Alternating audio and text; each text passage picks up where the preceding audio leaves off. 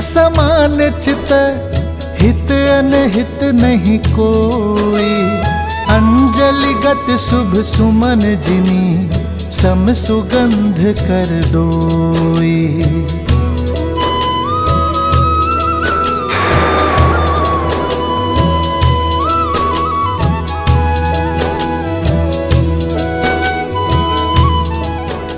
राम राम।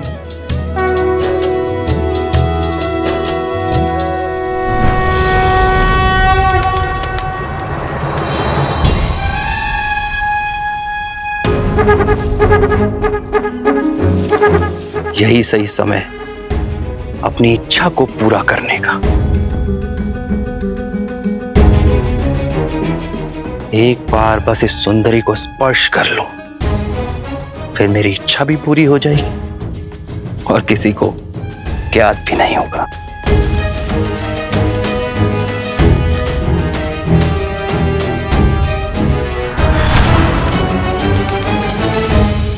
बताइए ना, किस और गए हैं वो? मैं वहां की पावन धरती को नमन करना चाहता हूं, जहां मेरे श्री राम ने अपने चरण रखे। हम आपकी भावना का आदर करते हैं, परम श्री राम के दास है, उनकी आज्ञा ना ही टाल सकत।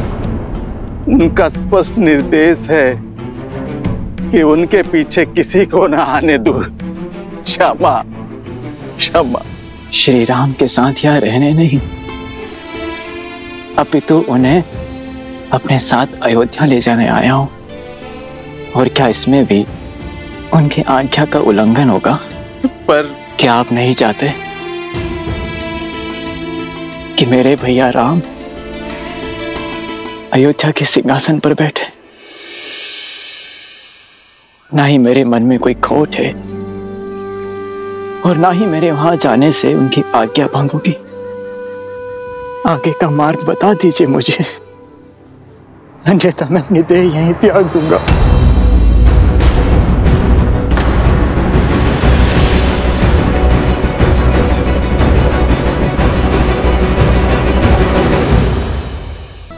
हम उनको रोकने का बहुत प्रयास किया, किंतु श्री राम अपने वचन के इतने दृढ़ की हमारे गांव में भी पग धरने से मना कर दिए।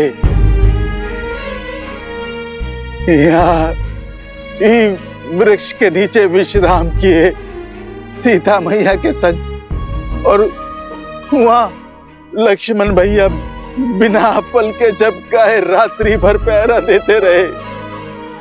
अयोध्या के गौरव मेरे राम भैया सीता भाभी मां को इतने कष्ट भोगने पड़े। बेकार है ऐसे दास पर।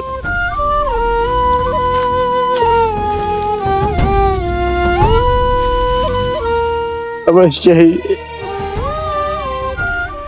ही मेरी राम भक्ति में कोई खोट रहा होगा, जो अपने भैया पर होते कष्ट को आभास न कर पाया।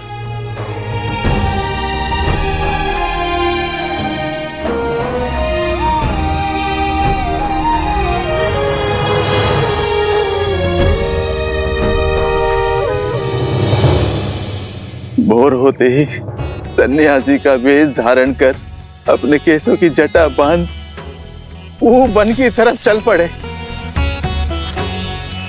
और अपनी पादुका भी छोड़ दी।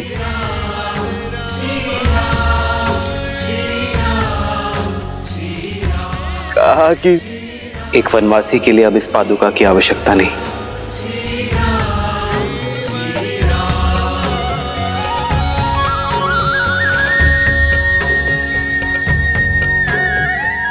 जिस मार्ग पर मेरे राम भैया नंगे पांव चले हो,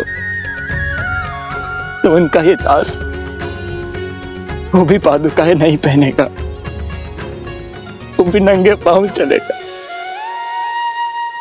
निषादराज, मुझे शीघ्र अपने भैया के पास ले चलिए। आप सब बहुत दूर से आए हैं, बहुत थक गए, तनिक विश्राम कर लीजिए। जब तक अपने राम भैया के चरणों में अपने किए हुए अपराध की क्षमा ना मांग लूं, राहत की सांस नहीं लूंगा मैं। बताइए ना, कहाँ गए वो? वन की ओर।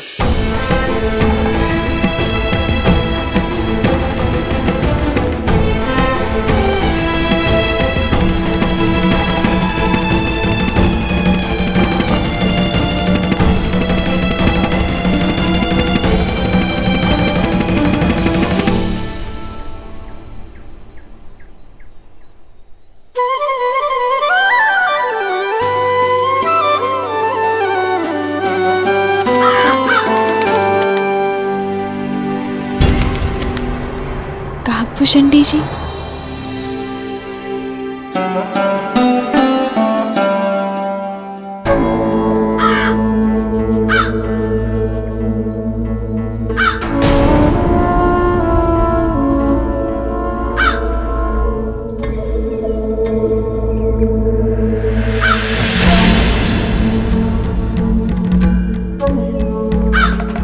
कौन हो तुम?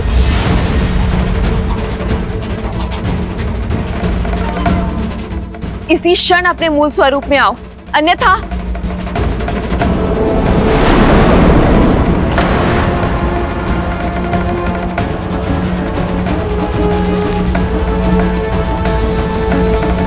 मैं इंद्रपुत्र जयंत हूं, कृपया क्रोधित ना हो। मैं तो केवल आपके चरण स्पर्श कर आपका आशीर्वाद लेना चाहता था। एक स्त्री को प्रकृति छठी इंद्री के साथ इस संसार में भेजती है, जो मलिन स्पर्श और मलिन दृष्टि दोनों को समझ जाती है, और तुमने मुझे मलिन हृदय से छुआ है।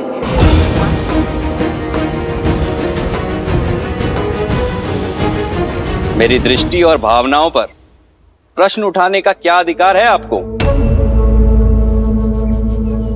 स्वर साध के बात करो जयंत। क्यों? रूपवती है तो क्या किसी पर भी लांछन लगाएंगी? वनवासी होकर इतना साहस? इंद्रपुत्र जयंत को धमका रहे हो? ठीक है, छुआ मैंने तुम्हें मलिन भाव से, क्या कर लोगी? क्या कर लेगा तुम्हारा ये वनवासी पति?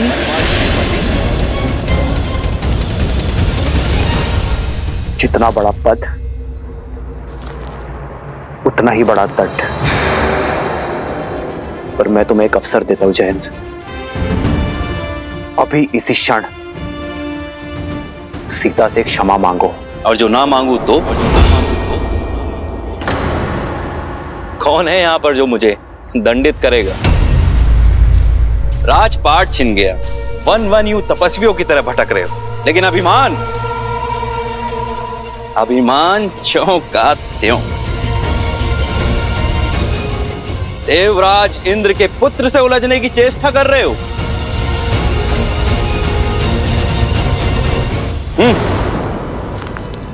रुक जाओ जयंत।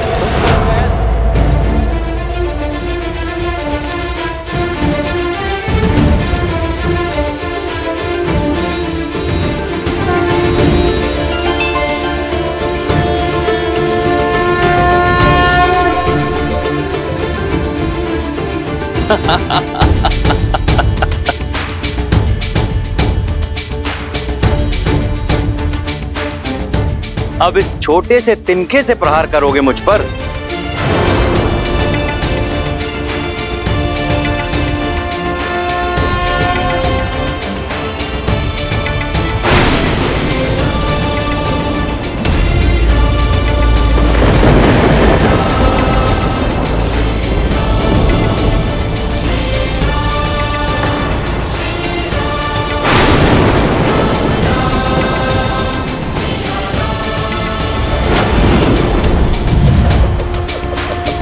ब्रह्मास्त्र!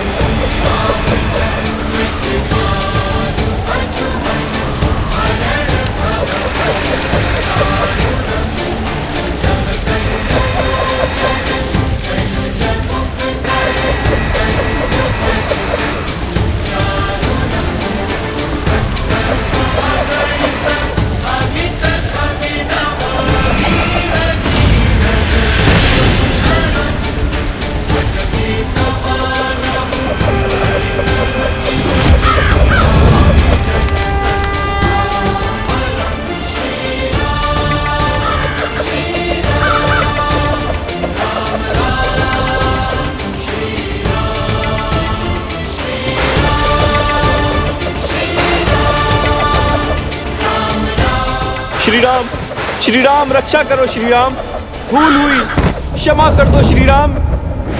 रक्षा कीजिए प्रभु, मेरी रक्षा कीजिए। काम ने मेरी बुद्धि भ्रष्ट कर दी थी।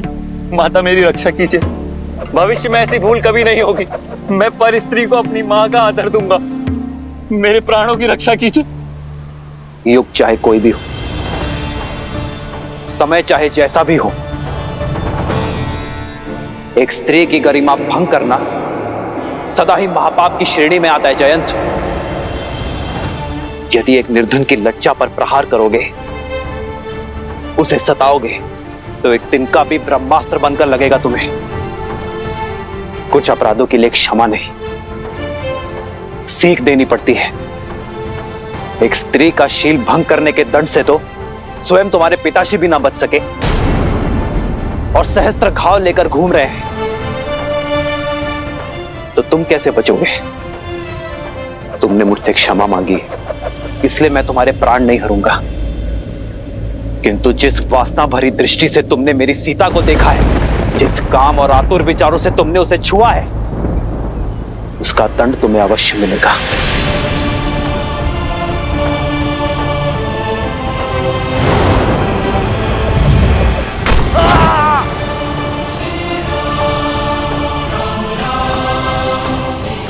मुझे जीवित छोड़ने के लिए धन्यवाद श्री राम।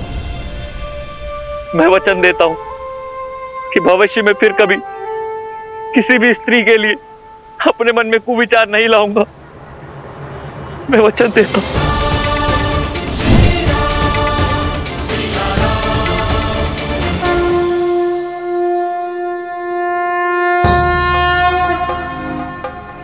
मार्ग दिखाइए ऋषिवर। भरत, तुम क्यों राम के कर्तव्य पथ का कांटा बनना चाहते हो? राम तो संसार के हैं, उन्हें क्यों अयोध्या तक सीमित करना चाहते हो? ये आप क्या कह रहे हैं ऋषिवर? भैया के लिए कांटा तो मैं बन गया उनके आनंदमय जीवन का। यदि मेरा प्रेम निश्चल है, यदि मेरे भीतर आप सत्य देख रहे हैं, तो मुझे मेरे राम भैया का पता बताइए। उन्हें उनके उचित स्थान अयोध्या में लौट आने का मार्ग बताइए, अन्यथा मेरे जीवन का कोई अर्थ नहीं है। मार्गदर्शन दीजिए। अद्भुत है तुम्हारा समर्पण, तुम्हारा प्रेम, जिसे संसार कालांतर तक स्मरण रखेगा। राम लौटेंगे या नहीं, ये वो निश्चित करेंगे, लेकिन उन तक पहुंचने का मार्ग मैं तुम्हें बता देता हूं। सुमत जी, निषाद राज जी, आप दोनों दो टुकड़े लेकर अलग अलग मार्ग से चित्रकूट के प्रस्थान करें और मैं प्रजा और परिवार के साथ आगे बढ़ता हूं। देखिए, इस निर्जन वन में कहां वसंत आया हुआ है, अवश्य भैया वहीं होंगे।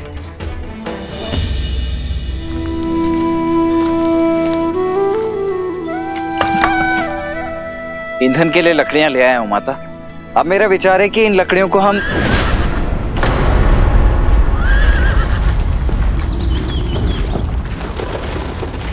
अवश्य कोई संकट निकट है। आप चिंता मत कीजिए, मैं अभी देख कर आता हूं।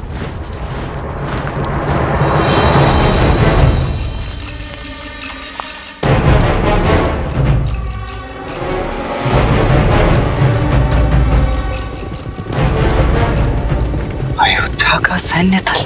भैया सावधान!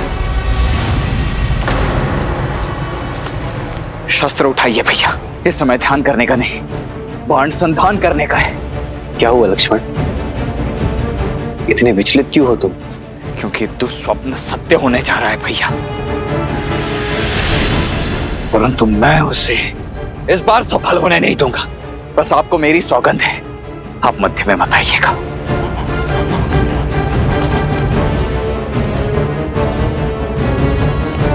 क्या हुआ लक्ष्मण, कौन आया है? वही भैया, आपका प्रिय भरत। क्या मेरा भरत आया है?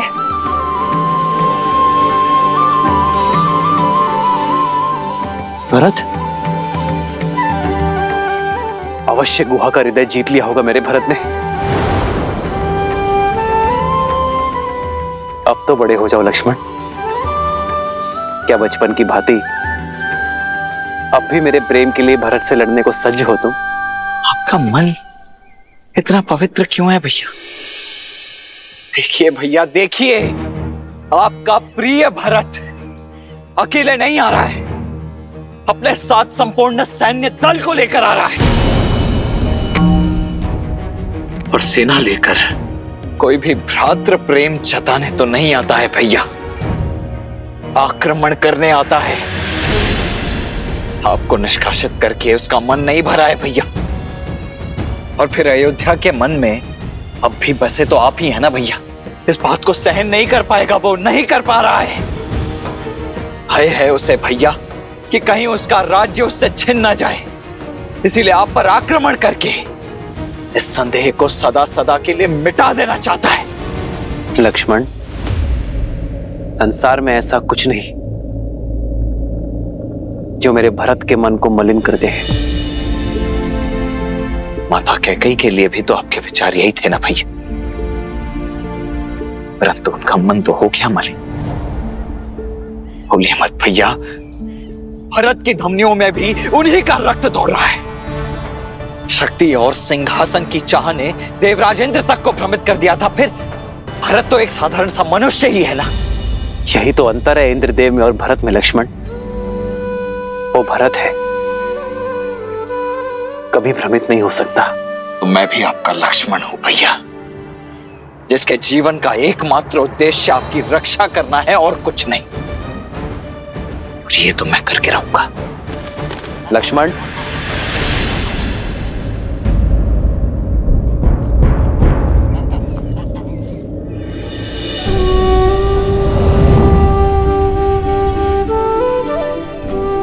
तुम्हारे सामर्थ्य पर तनिक भी संदेह नहीं है मुझे लक्ष्मण, किंतु आवेश में आकर बिना उचित अनुचित का भेद जाने यदि तुमने भरत के प्राण ले लिए तो क्या उसे पुनः जीवित कर पाओगे तुम?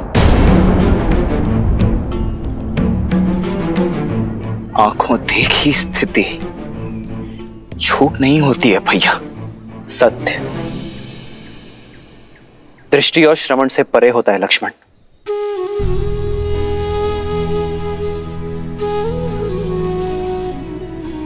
यदि भरत पर नहीं तो मुझ पर विश्वास कर लो। भरत के मन में केवल निश्चल प्रेम वास करता है लक्ष्मण, और कुछ नहीं।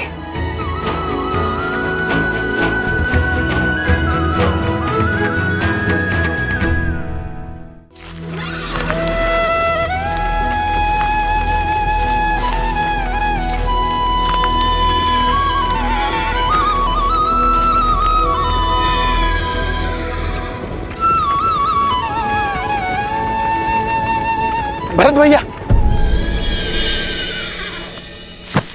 भरत भैया, वो कुटिया मिल गई जिसमें श्री राम, सीता मैया और लक्ष्मण भैया रहते रहे। अब एक क्षण भी उनका वियोग नहीं सह सकता मैं। वो कुटिया कहाँ है? हुआ है भरत भैया। निषाद राज जी, आप शेष सभी को लेकर के आइए, अब और प्रतीक्षा नहीं कर सकता मैं।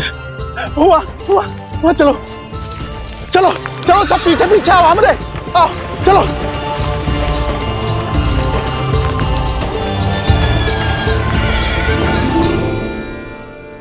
आओ लक्ष्मण भैया।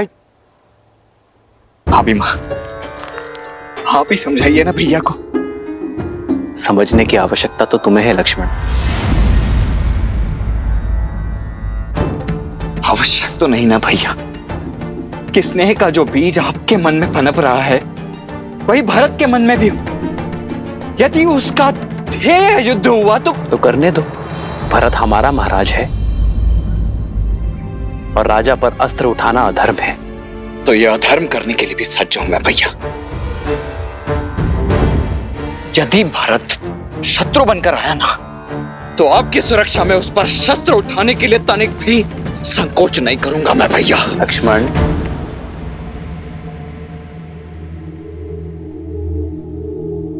राम भैया,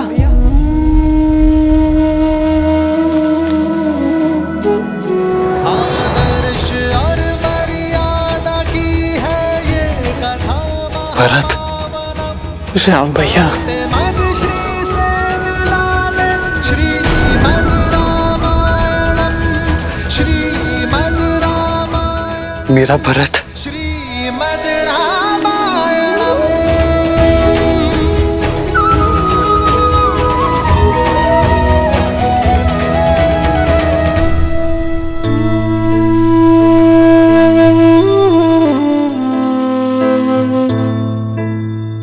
हमारा अयोध्या का महाराजा भरत। आप महाराज मत कहिए भैया,